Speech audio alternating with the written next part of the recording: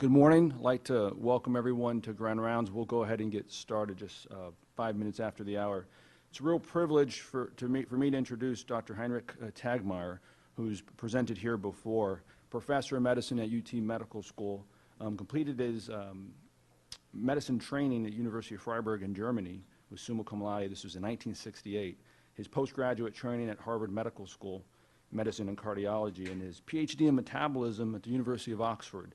And really for the past over 30 years has been one of the founding fathers, if you will, or has changed the landscape of how we think about cardiac metabolism. It really stems from his work in the lab. He's had an actively funded NHLBI lab for the past 30 years, really without interruption.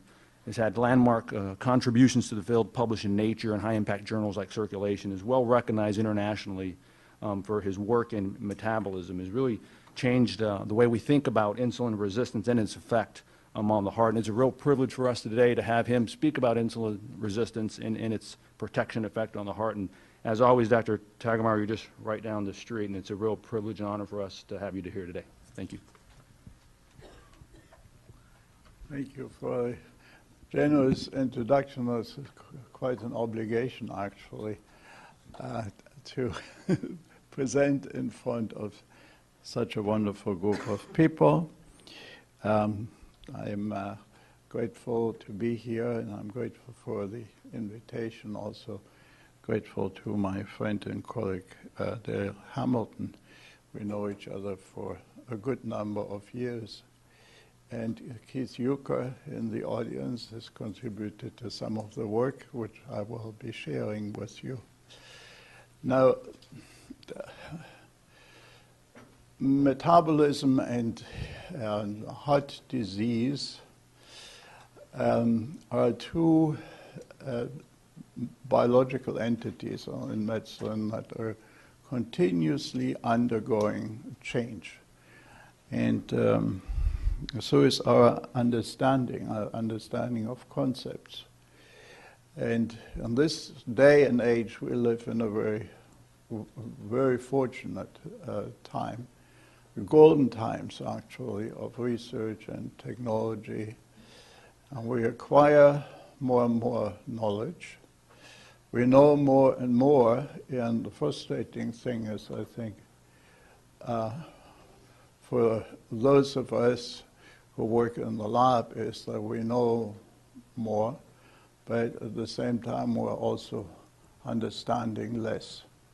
There is David Aguilar, friend and colleague, who will also be mentioned in this talk, who smiles, and I think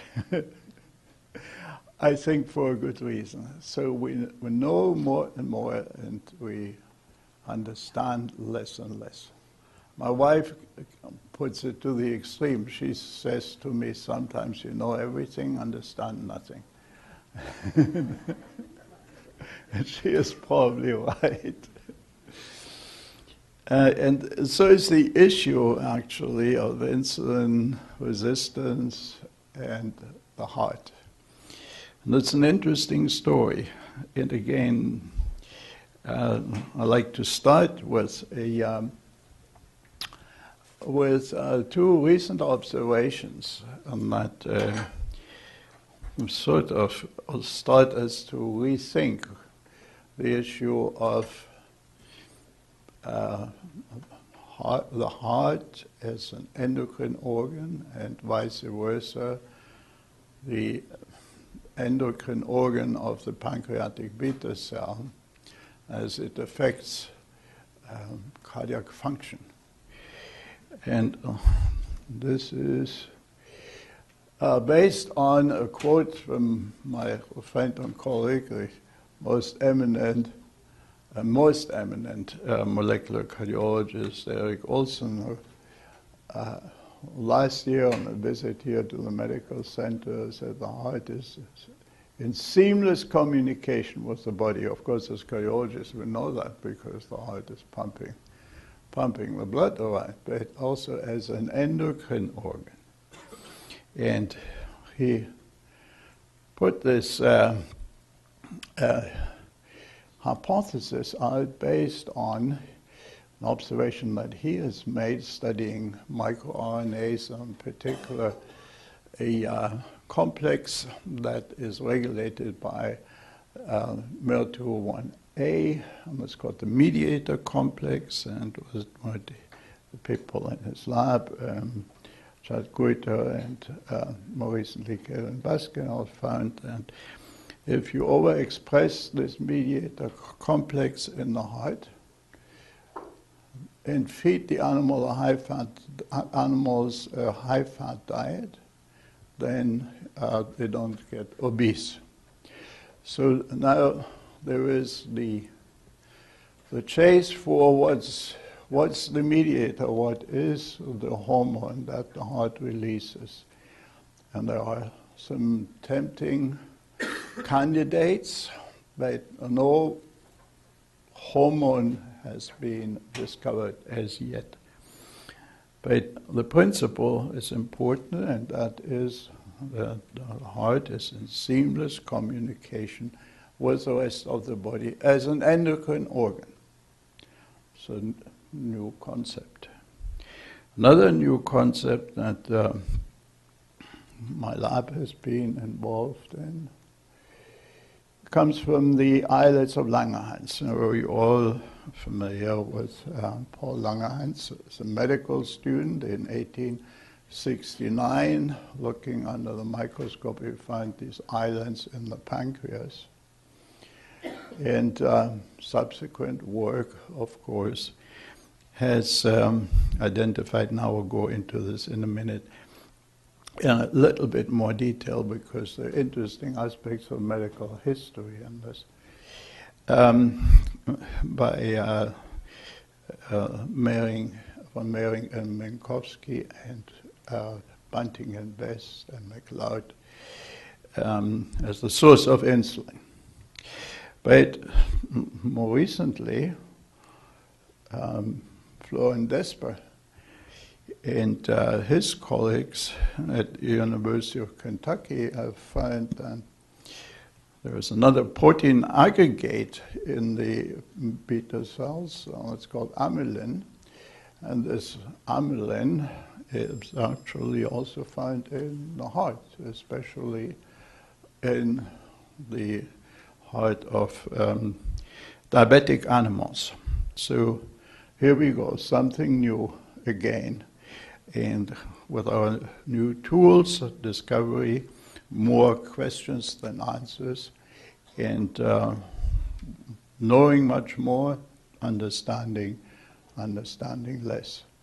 Function of this amylin is not entirely known, but for one thing that everybody is certain, it suppresses calcium cycling in the heart. Now, a story of insulin. And the story of insulin is worth remembering for a moment because Dr. Hamilton will enjoy that in particular, and David and Keith and all our colleagues and you guys. Discovered by medical student Paul Langerhans in the pancreas, was an unknown function. But it took then roughly 20 years for Minkowski and von Mehring and Breslau at the university to identify the function of these beta cells. There was something to do with glucose homeostasis because they obliterated the pancreatic duct, preserved the islet cells, and the animals had some digestive upsets, but they did not become hypoglycemic, whereas when they extirpated the pancreas, then the animals became hypoglycemic and died. So then it was, when 30 years passed, and it was again a team of medical student on the left-hand side, Best, on the right-hand side, Bunting at the University of Toronto, to identify the protein that was made by the beta cells. And their department chairman, MacLeod, was the third one, and MacLeod and Banting shared the Nobel Prize, and Best, the poor medical student, he walked away empty-handed, but he still remembered by all of us because we were referring to Banting and Best, right? And MacLeod is not so well remembered. But they were the first to isolate the protein that the beta cells made and to inject it into another dog, the famous Beagle story. You see the dog down here. And subsequently purified it with the help of a chemist to the extent that it could be administered to patients with uncontrolled diabetes. So that's the story of insulin. And the interesting thing is that the heart of all organs, not only the skeletal muscle and the liver, is responsive to insulin. And that was first demonstrated in an isolated perfused heart preparation. This was introduced by Oskar Langendorf in 1895, for the sole purpose to demonstrate that the heart receives its nutrients through the coronary circulation and not through the endocardium as it had been postulated. And eminent scientists at the time reasoned that the coronary circulation serves only one purpose, that is to eliminate the waste products from the heart, and the actual oxygen and nutrients enter the heart through the endocardium. That was wrong, and Langendorf showed the futility of the arguments by retrogradely perfusing the isolated heart. Now, Blaine and Fisher at Oxford at the time assessed the effects of insulin on glucose uptake by the perfused heart. And here you can see the rate of glucose utilization as a function of the concentration of insulin. And you find a linear uptake rate. Oops, too fast. And on the right lower-hand corner, you can see that this is reversible. This is one of the beauties of isolating the heart, perfusing the heart. You can change the substrate at will and demonstrate whether a hormonal effect, for instance, is reversible or irreversible. And this was clearly a reversible effect of insulin. The question is then, why should the heart be insulin responsive? Why is it insulin responsive? And the answer, I can tell you already now, is most likely because insulin has many physiologic effects besides glucose uptake, and it is a growth signaling hormone and essential for development of the heart and growth of the heart. And it is also not only a highly conserved pathway, but also a pathway of great redundancy, because insulin, like growth factors, do the same thing as insulin with respect to cardiac growth and development. Okay, now this is insulin action in the Langendorf heart.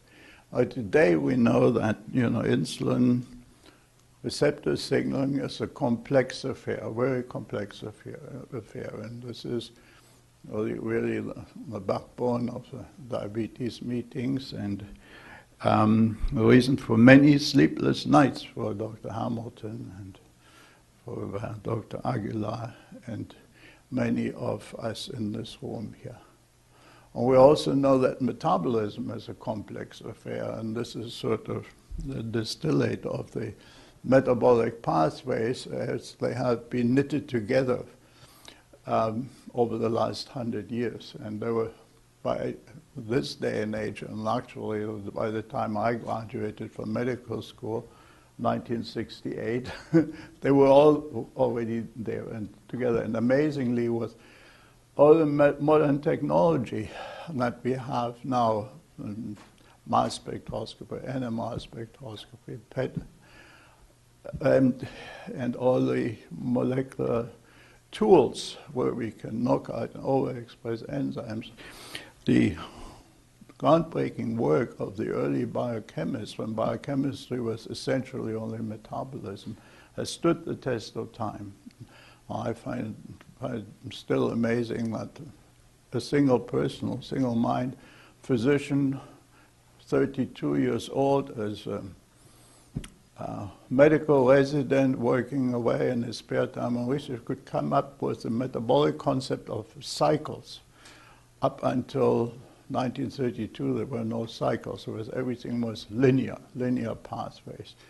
And nobody quite believed initially that some of the metabolic cycles, for sake of efficiency actually, through evolutionary pressure, are involved in energy transfer of the heart, or in urea synthesis, energy transfer in organs, and urea synthesis in the liver.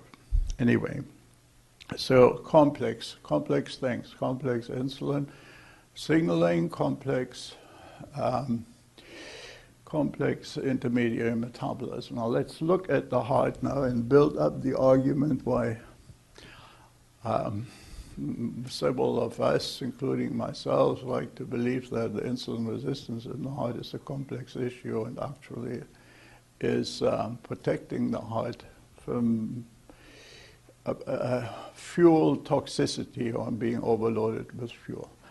If you look at the heart as a self-renewing engine which converts chemical to mechanical energy, we have a somewhat simpler concept to work with. And I use the term self-renewing on purpose because I don't mean cellular self-renewal. What I mean is intracellular self-renewal, that the proteins that make up the cardiomyocyte are in a constant state of flux and turnover. So old and damaged proteins or useless proteins are degraded and replaced by new and functional proteins. And this occurs at a very rapid speed, as we measured in minutes in case of some mitochondrial proteins, hours and days. But the heart itself, without cellular renewal, the intracellular renewal, turns over all its proteins at least once every 30 days. So a heart that is beating in David Aguilar's chest today on the 15th of October is completely new from the heart that was beating in David's chest on the 15th of September. It's quite amazing, but it applies to all of us. Okay, so we have energy in and energy out. And that's the pump function of the heart, which is supported by intermediary metabolism of energy-providing substrates, and insulin plays some role in this. Now, the heart has a marvelous way of protecting itself from environmental stresses. It is adapting readily, but it can also, things can go wrong, and then it's maladapting. We know in cardiology of three major environmental stresses. One is hemodynamic stress, and we know how to deal with this quite well. The surgeons know how to deal with it, but also the physiologists, pharmacologists know how to deal with it. The other one is the neurohumoral stress, which is activation of the renin-angiotensin system. We know how to deal with that too. This is the mainstay of our pharmacologic therapy, combating hemodynamic stress and combating neurohumoral stress. But there's a third form of stress, environmental stress, and this is not now considering ischemia and reperfusion. That's entirely different. This is more sort of at the extreme end of the physiologic spectrum, and that is a metabolic stress. Oops. Here we have the metabolic stress in diabetes. What is wrong with metabolic homeostasis in diabetes? There's increased lipolysis, there's increased hepatic lipogenesis, and there is increased hepatic gluconeogenesis and glucose production. So there's an oversupply of energy-providing fuels. And what does the body do with that? If the brain were affected, we would not, our species would not have survived. So the brain is effectively insulin resistant. The heart, so, and skeletal muscle, has the capacity to store up glycogen. The liver does so too, and the adipose tissue, of course, is the big sink for fat. So dysregulated fuel supply in diabetes puts stress on the heart. And Angelina Jolie knew this already about 10 years ago, and this is a tattoo from somewhere on her belly. It's on the website here, you can look at it. What nourishes me destroys me, right? That's the principle. What nourishes me destroys me. That's the dysregulated state on diabetes, tattooed on Angelina Jolie's belly. This is the website here. Readily accessible. Okay. Now, we know, and David knows very well, that patients with heart failure who are diabetic have a worse prognosis than patients without diabetes. This is a survival curve, 5-year survival curve, Kaplan-Meier curve from the time, I think, of a diagnosis of heart failure. Two groups, the diabetics, survival of the diabetics and non-diabetics. So, diabetes is certainly a risk factor not only for coronary disease but also for heart failure outcome. And Peter Wazigi, I hope he is watching this at the Willowbrook Methodist. He is now in private practice. He's looked at a diabetic heart failure patients at the molecular and cellular level, and he finds something very interesting. There's a transcription factor, sort of a master regulator, MEF2C, that is downregulated in patients with non-ischemic heart failure who were diabetic compared to non-ischemic heart failure patients who were not diabetic. And you find that a massive downregulation of a key regulator of calcium cycling and also of one of the nuclear receptors that regulate energy substrate metabolism of the heart. It's called PPR alpha. So this is Peter, now almost 15 years ago. Martin Young, in my lab at the same time, is now a professor of cardiology at the University of Birmingham, University of Alabama in Birmingham. He found that in obese Zucker rats,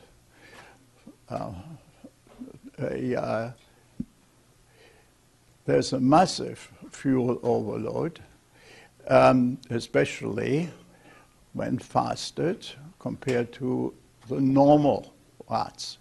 Now, normal rats and people, normal mammals, increase free fatty acid levels with fasting because of the meltdown of the adipose tissue, but this is even more dramatically so in obese rats that lack a leptin receptor signaling, the Zucker obese rats.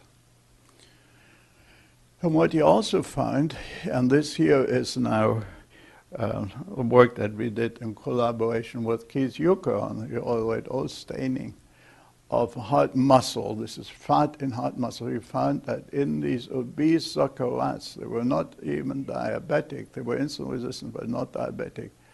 That they had impaired oxidation of fatty acids and an accumulation of triglycerides. So the fatty acid levels in the plasma increase.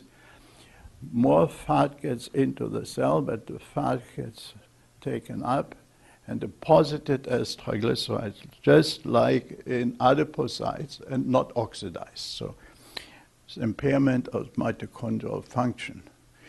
And Roman Amundsy subsequently followed up on this concept. There is excess fuel supply, contractile dysfunction, and heart failure due to a series of other complicated metabolic events inside the cardiomyocytes that result in the accumulation of intermediary metabolites and mitochondria in the form of triglycerides, acylcarnitines, mitochondrial dysfunction, reactive oxygen species formation, and reactive oxygen species formation, programmed cell death, and accumulation of fatty acid intermediates in the form of ceramides, diacylglycerides, and of glucose intermediates in the form of protein glycosylation. That in turn results in endoplasmic reticulum stress, altered calcium homeostasis, and metabolic instability. And that's probably the basis for the contractile dysfunction in the heart. Not quite as simple, but sort of an overview. And then again, with help from you guys, Sam Sharma, who is now an electrophysiologist over at Herman, when he was in the lab, we're looking at lipid accumulation in failing human hearts, and there was a combination, it was probably the first and only combination of samples from the Methodist hospital and the Texas Heart together, and we came up with 27 patients, heart failure samples that we were able to analyze for triglycerides and for all genes involved in fatty acid metabolism in the heart, and then we compared it to heart failure model in the Zucker diabetic fatty rat, and we'll find striking similarities. And I'll just like to make the point that about three-quarters of patients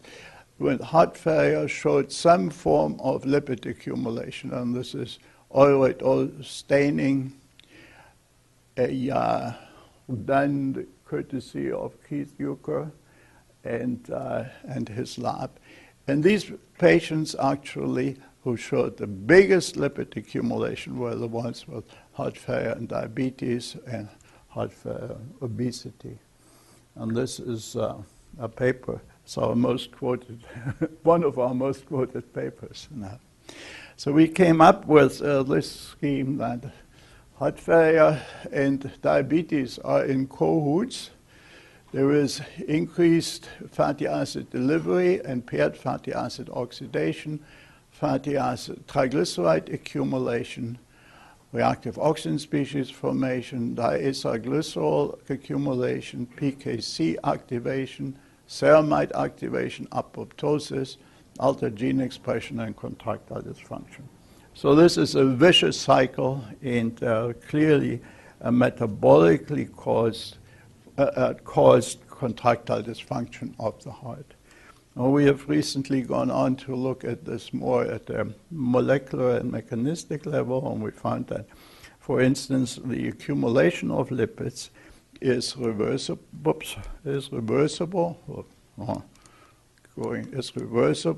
In isolated myocytes in culture and is mediated by a process that is called autophagy. And there are various agents where you can increase autophagy or inhibit autophagy, and that is manipulating triglyceride content in this cell culture system. And in vivo, we find also abnormal glucose metabolism in the heart subjected to pressure overload. These are PET images where we demonstrated that after transverse aortic constriction, the metabolic remodeling precedes the structural and functional remodeling. So there's increased glucose uptake, and this increased glucose uptake results in an accumulation of glucose 6-phosphate and in a dissociation between uptake and oxidation of glucose and the activation of a signaling molecule that is the mammalian target of or mechanistic target of rapamycin that is involved in cardiac growth, and this process can be inhibited by rapamycin. And the consequence of this is increased endoplasmic reticulum stress and contractile dysfunction. And we were able to prove this by using a glucose tracer analog to deoxyglucose, which is phosphorylated and not further metabolized, and we saw the same effect very strongly with this glucose tracer analog. So what happens inside the cell, and then this is now work of Shivaj Sen and Giovanni D'Augusto, who's in the lab, a postdoctoral fellow physician scientist that at the moment shown that glucose 6-phosphate is required for the phosphorylation of an inhibitor of mTOR, and that's tuberous sclerosis complex 2. Tuberous sclerosis complex 2, of course, is also in the brain and in other organs. But here in the heart, it certainly, when phosphorylated, it de-inhibits mTOR and results in excessive cardiac growth. And this is the sequence of events. I've already gone through this. The consequence is increased endoplasmic reticulum stress, so unfolded protein response. And this is what we find in failing hearts. We find increase in glucose. These are human hearts, heart failure, increasing glucose 6-phosphate, so a metabolic flooding. At the time of an Albert implant, the glucose 6-phosphate levels decline. With explant and the markers of endoplasmic reticulum stress, ERP72, GRP94, and GRP78 are all decreasing. So there is a beneficial effect of the unloading with respect to reversing endoplasmic reticulum stress, and we like to believe that this is metabolically regulated due to a decrease in the excess substrate supply to the heart. Okay, so we have a few more minutes, I hope.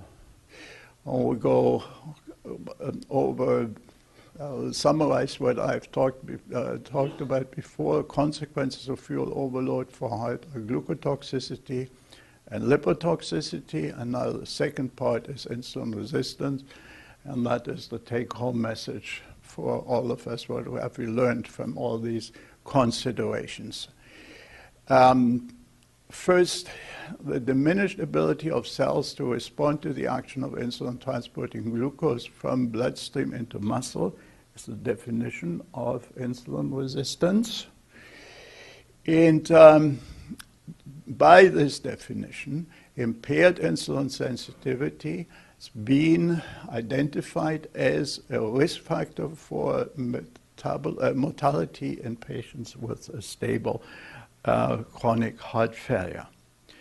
So the group of Stefan Anker and colleagues in Berlin and in London pointed out that therapeutically targeting impaired insulin sensitivity may be potentially be beneficial to patients in heart failure. We like to believe that there's even though a reasonable line of arguing is perhaps a bit premature to say. Question is very old in history. Caesar already wrote, people readily believe what they want to believe. Is it really improving insulin, improving glucose control by all means beneficial for survival of patients with heart failure and diabetes?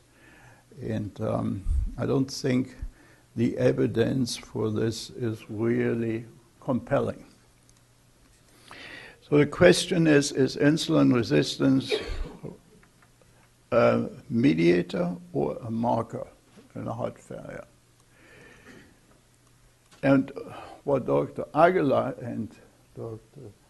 Hamilton and most of us would actually like to know, why is the heart insulin responsive? And the second is, what links heart failure and insulin resistance? And we don't really know the answer to this. And again, we're coming back to one of the giants in biological science, Albert St. George, won the Nobel Prize for the discovery of vitamin C many years ago. Discovery is seeing what everyone else has seen, thinking what no one else has thought. And so for the last few minutes, I would like to just go through our line of reasoning. That is the central hypothesis that insulin resistance is nature's way to protect the heart from being flooded with fuel. The three lines of evidence, one is the biochemical line of evidence, and this is work published not too long ago from Richard Bergman, the minimal model, the father of the minimal model, that looked at insulin concentrations in the lymph drained from muscle in an individual, a normal individual, on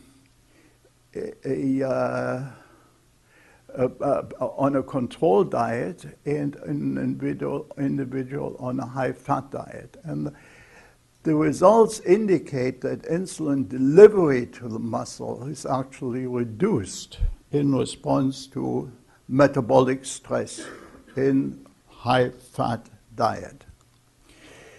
Then when I did my PhD thesis, we worked in the isolated working rat heart and examined the effect of added insulin on glucose removal, and at both a normal and a supraphysiological concentration of glucose, there was no detectable effect of insulin on the uptake and removal of glucose by the heart. And there was a reciprocal relationship between oleate, fatty acids, and glucose uptake, and between glucose and oleate on oleate uptake. And that then resulted in a concept that was already developed earlier for regulation of glucose metabolism and glucose glycolysis and glucose oxidation by Philip Randall, so-called Randall effect, that fatty acids inhibit glucose transport, phosphorylation, and oxidation, but at the same time, Dennis McGarry and Dallas discovered that glucose via carboxylation of acetyl-CoA also inhibits fatty acid oxidation. So the fuels inhibit each other at the mitochondrial level when they are in excess supply.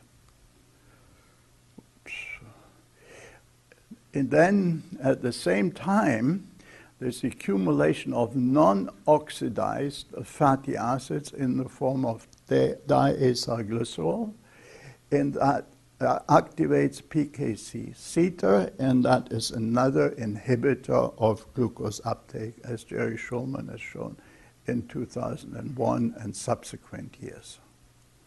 So we have second line of evidence why there is a cardioprotective mechanism of insulin resistance, and that is more physiological. Here you see the effect of non-insulin dependent diabetes on myocardial insulin responsiveness. And you can see here there is decreased insulin responsiveness in patients who were catheterized, and this is coronary sinus blood flow during insulin infusion.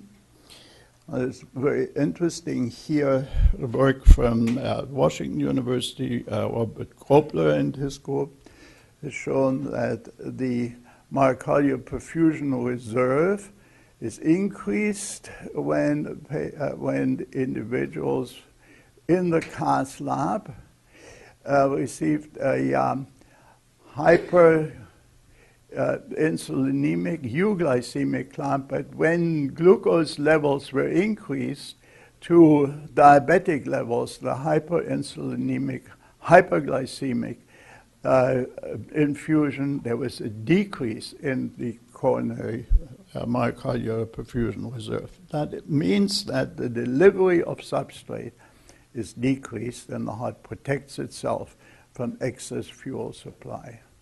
And then lastly, there is an anecdotal evidence for insulin resistance protecting the heart, and this is a display of Queen Victoria's undergarments. She was quite substantial, as you all know, and she lived to be, 82. And Winston Churchill lived to be 91. And he was certainly not an exercise fanatic or a diet freak. So, this is a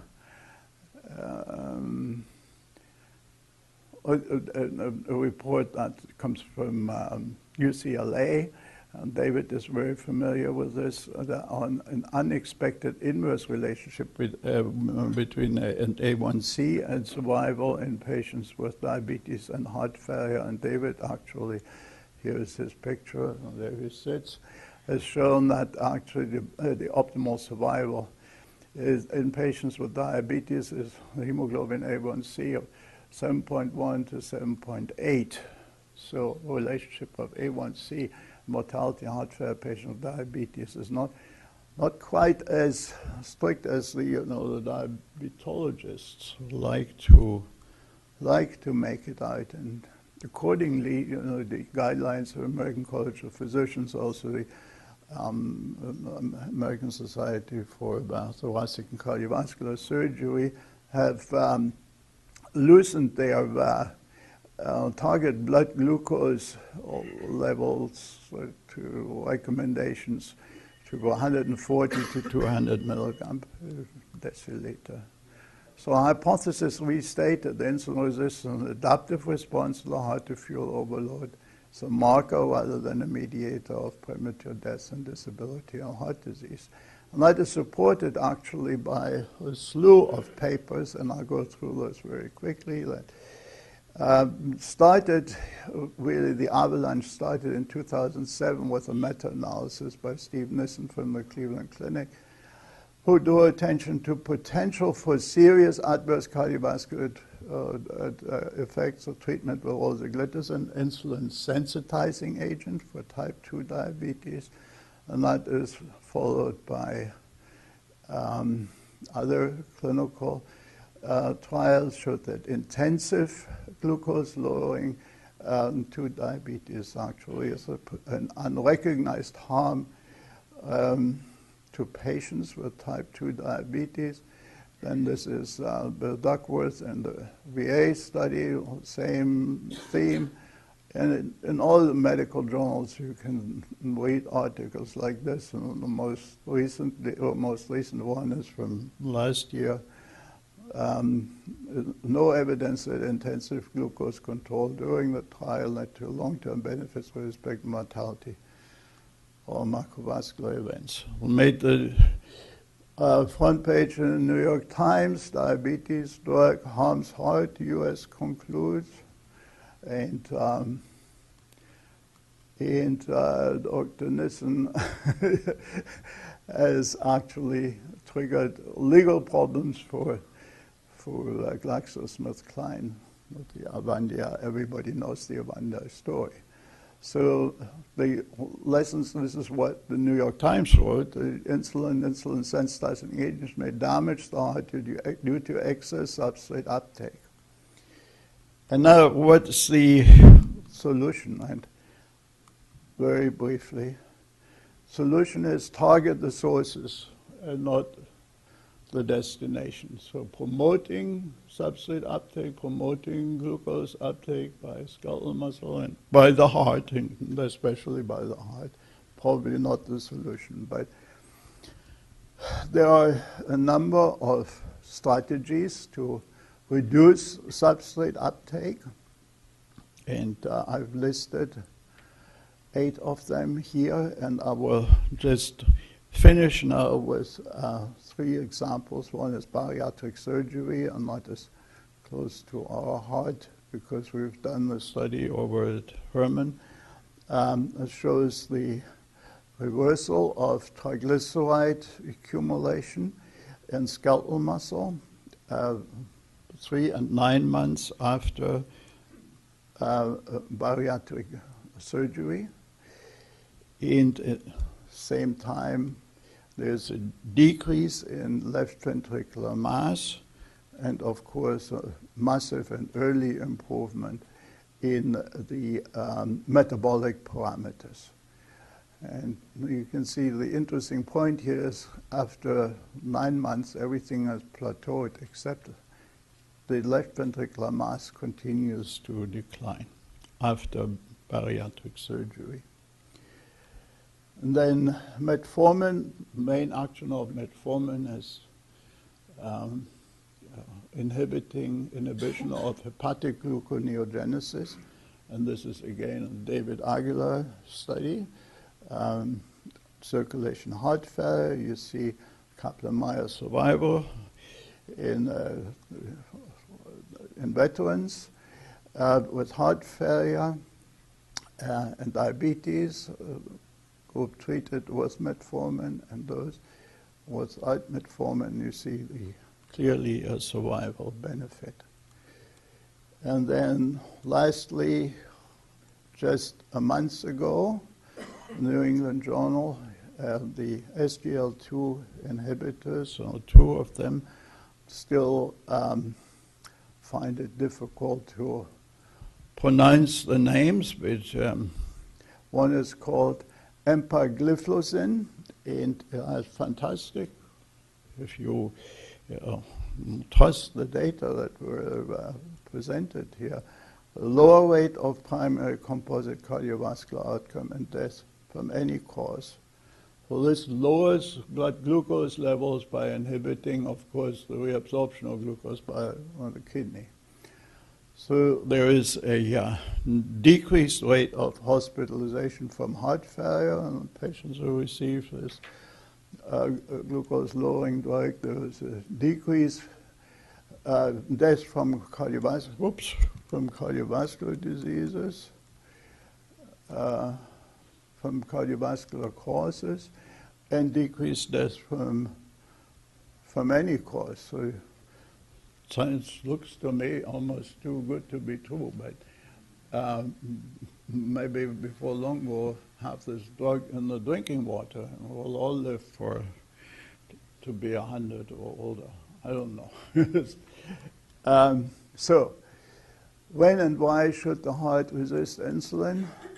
Substrate uptake in excess of substrate oxidation results in metabolic maladaptation and contractile dysfunction of the heart. I think that's undisputed.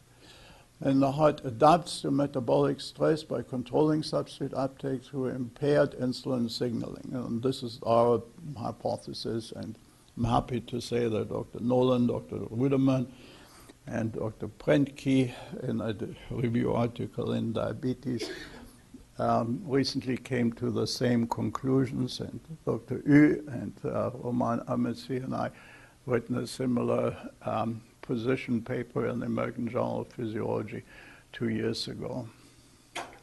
So possible clinical implication, insulin resistance is a marker, not a mediator of cardiac contractile dysfunction, and it goes without saying, you know, because tight glycemic control in heart failure patients have insulin resistance where the cause for contractile dysfunction, it should also improve contractile function, and that has not been shown, really. Or David might correct me, but I'm not aware of that. So friend or foe, I think more friend than foe. Insulin resistance protects the heart. I'd like to thank some of the people, not all are on the slide. I'm especially embarrassed that Keith has been left off, but he will be, for the next talk, he will have his extra space. Roman, Amansi, Samsharma, Shivaj, Peter Ozigi is also left off. They have left the lab in the meantime. Giovanni is here. He is spearheading our effort. Anya and Trunk, I've mentioned. This is the lab, of course, is a little bit exaggerated because our summer students, or 3 of them, make it look bigger than it is. We're a small lab with, we like to call ourselves a small lab with big ideas.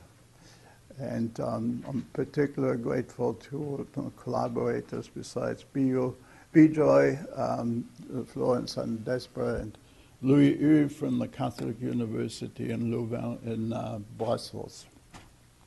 And I'm happy to answer questions.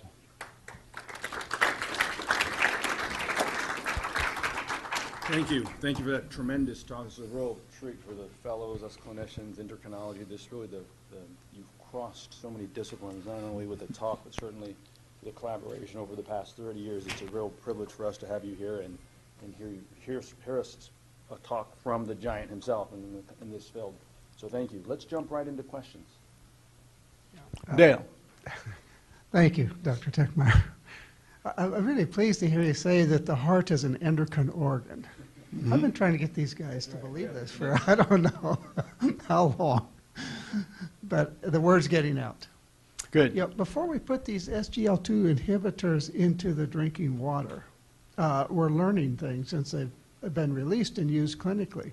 The beta cells, for example, have this transporter, and when it is inhibited, we lose some insulin signaling. And some of these patients with type 2 diabetes are going into diabetes ketoacidosis. Yeah. So, yeah, and lo and behold, you know, the thing that, the dirty thing that I left out is that these SGL2 inhibitors actually promote glucagon secretion and contribute to their own business then further down. But David will remember the time when we trained in Boston, people were still talking about glucagon as an inotropic agent, right? And I don't know, that needs to be revisited. But you're a very good point. Yes. At the recent Society Heart and Vascular Metabolism meeting, I became increasingly aware that these receptors are also on the heart, and that the heart is transporting glucose independent of independent of insulin through these receptors, and maybe blocking them has something to do with preservation. Do you know if these receptors play a physiologic role in cardiac function or metabolism? I mean, it must be there for a reason, you know. Nature doesn't do things without a reason, except in cancer, huh? But yeah, you're right. It's wide open to exploration. You're right. But yes. Yes. one question. To have an idea of how dynamic this process is, this phenotype switch between insulin resistance and insulin sensitive cardiomyocyte, how fast it can occur, so that what you show of transverse aortic constriction, how long it takes, and yeah. Very, very good question. Actually, in response to the aortic constriction, the early time course, the very early time course has not been investigated in a matter of hours, but we see it in the isolated perfused heart, and that happens within seconds. So when we double the workload in the isolated perfused heart, we can double the rate of glucose uptake, the rate of glucose oxidation as well. It's amazing how all these complex metabolic pathways all fall into place and are very, very responsive to both hemodynamic changes and metabolic changes. And in the case of the normal heart, there is also, besides the contractile reserve and the coronary flow reserve, there is a built-in metabolic reserve. And that metabolic reserve is centered on glycogen and the immediate mobilization of glycogen in response to an increase in workload. And as the heart reaches a new steady state, it replenishes glycogen stores. At the same time, it oxidizes, fuels initially glucose, but then glucose oxidation is taken over by fatty acids, and glycogen stores are replenished, so to speak, ready for the next stress. And that happens within seconds, minutes, in ex vivo and in vivo, certainly on the same time scale, except that we've not been able to measure it with the same resolution as ex vivo. Dr. Taegtmeyer, thank you very much for that wonderful oversight. In the clinical realm of diabetic patients and cardiomyopathy, we see patients who we label as diabetic cardiomyopathy, where you don't have ischemic disease, but they have uncontrolled diabetes and then get heart failure. Now, not all diabetics get that, so there has to be a genetic susceptibility from the myocardium. Are there any population studies of diabetic population getting heart failure versus not, to look at cardiac genetic susceptibility and specific gene mutations? Yeah, this is almost like, an extension or continuation of the slide that I skipped over, the thrifty gene hypothesis. Are there individuals who are predisposed to insulin resistance and heart failure more than others? And to my knowledge, this has not been sorted out yet, but it's rife for exploration. Yes, is the that's very. We all know Dr. Dale, I'm sure, and David. We have, for instance, the insulin-resistant obese patients. Some of them have heart failure and have clearly, lipotoxic heart or glucolipotoxic heart failure, and others don't. And there is still a lot to be learned and to be explored. As I said in the very beginning, we know more and more and understand less and less. Let's say. I think with that, we will end. Yeah. Thank you again. Thank you.